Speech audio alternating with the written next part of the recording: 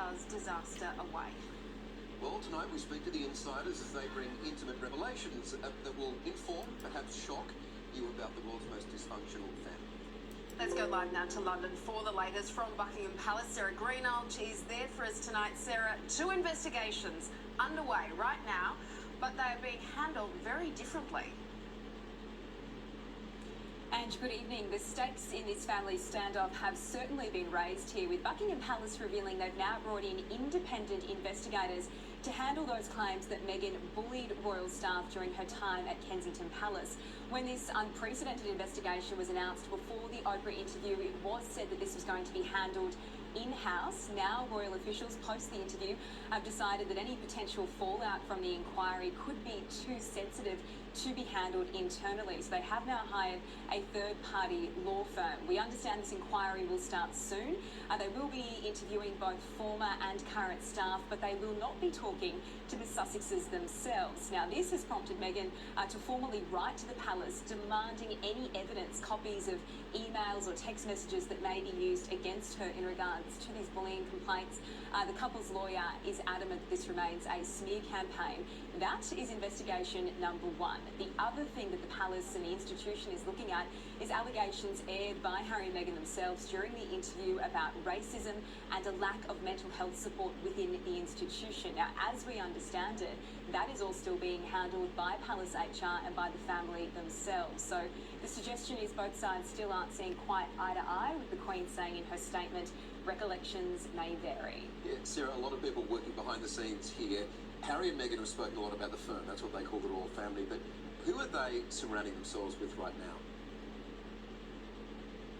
Well, Michael, I think it's fair to say this is the ultimate battle between an ancient institution and its most modern members, who are surrounding themselves with a new group of people, close advisors, trusted friends, and some fairly high-powered, influential figures over in the United States.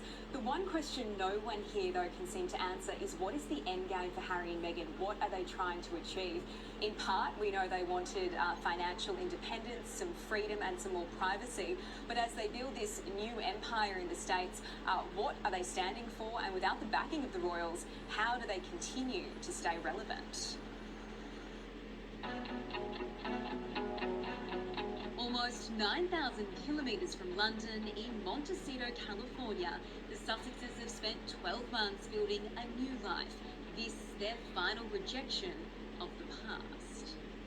I don't know how they could expect that after all of this time, we would still just be silent if there's an active role that the firm is playing in perpetuating falsehoods about us. There's absolutely no way back for Harry and Meghan now. I think there is an awful lot of damage done from this interview. There are reputations that were absolutely destroyed. It's an absolutely extraordinary turn of events. And yeah, I didn't think they looked even that happy. Relationships with family and former staff beyond repair. But Harry and Meghan are building their own firm, a team of half a dozen communication experts and lawyers operating alongside Hollywood PR agency Sunshine Sachs, with a broader network of famous and influential figures, including interviewers James Corden and Oprah. Serena Williams, one of the first to defend Meghan after the chat, as did Hillary Clinton. George and Amal Clooney are said to be mentors. Elton John and David Furnish like family. Royal insiders believe the couple is modelling themselves on their good friends the Obamas and have had contact with the Bidens. Meghan is reportedly networking with senior Democrats. She certainly has the presence and look, I think, to be a politician, but has she got that ability to face criticism? The kind of people that they're speaking to are in the Hollywood bubble, and that tells you an awful lot about where Harry and Meghan are. They have started entering the corporate world, and that is where their future lies. And their finances. Wait, hold up, wait a minute. Your family cut you off? Yeah, in the first quarter of 2020. But I got what my mum left me, and without that we would not have been able to do this. It's believed Harry met his allowance from Prince Charles, an income of 4.4 million Australian dollars annually. But the couple is unlikely to find themselves hard up anytime soon. Their net worth is thought to be around 180 million Aussie dollars, including an inheritance from Princess Diana and the Queen Mother, while Meghan brought millions from her acting career. A lucrative Netflix deal reportedly worth 125 million, while podcasts with Spotify will earn them another 32. Their 9-bedroom mansion is proving a great investment, thought to be worth 3 times what the Sussexes paid last June. We're not talking about poor kids on the block here. You know, the fact is they are multi-millionaires. But then cry at the age of 36, 37 that you've been cut off by your father. Well, I don't know many people of that age that have been funded by their fathers for that long. They'll launch their new charitable foundation, Archwell, in coming months. But hanging over their heads, that palace inquiry into allegations Meghan bullied royal staff. Make no mistake, if the palace and the Sussexes can't agree, that we may see the Sussexes speaking out one more time.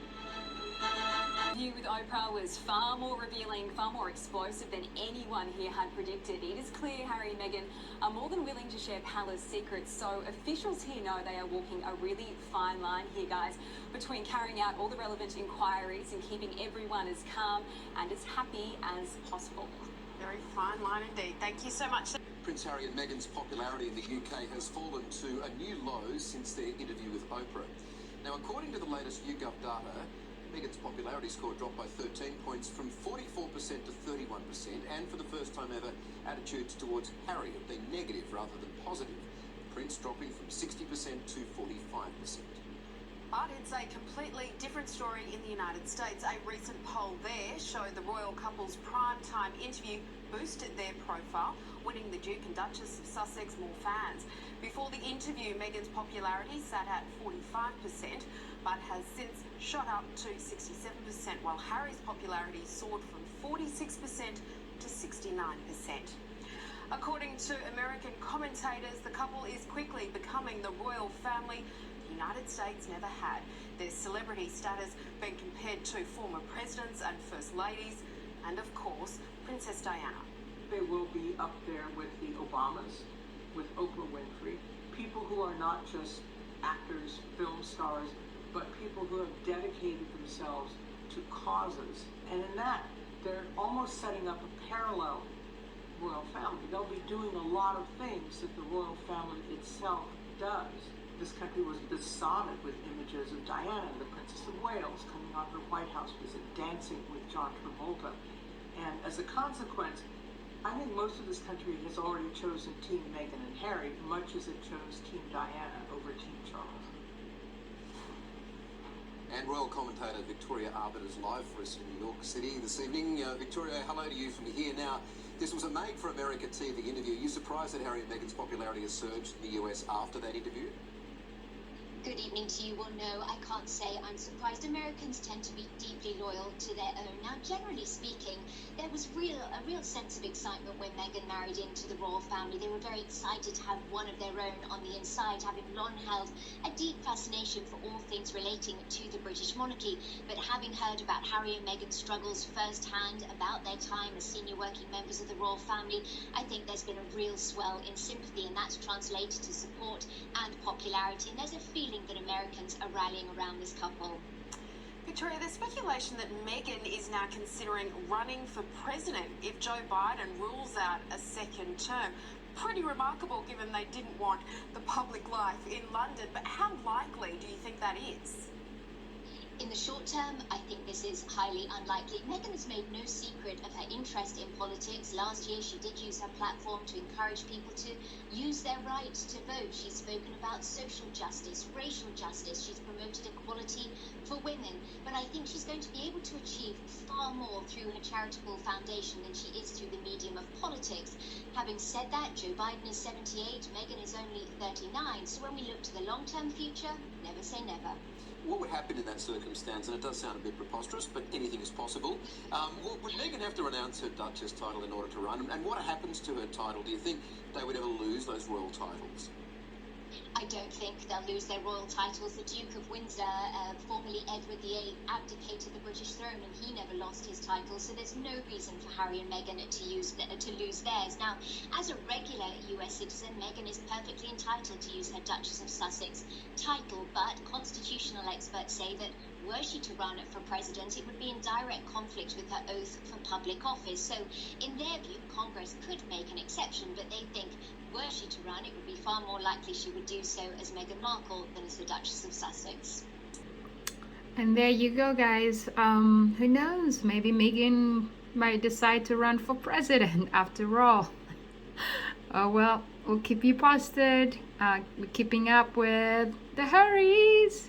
The Royals, I mean. I had to share the latest. I hope you guys enjoy it, and I'll keep bringing you more scoops as I get them. I know everybody's like keeping up with the Royals these days. Who wouldn't, you know? Anyways, take care, guys. Don't forget to subscribe if you like my sharings, and you can share as well. Take care. Bye bye.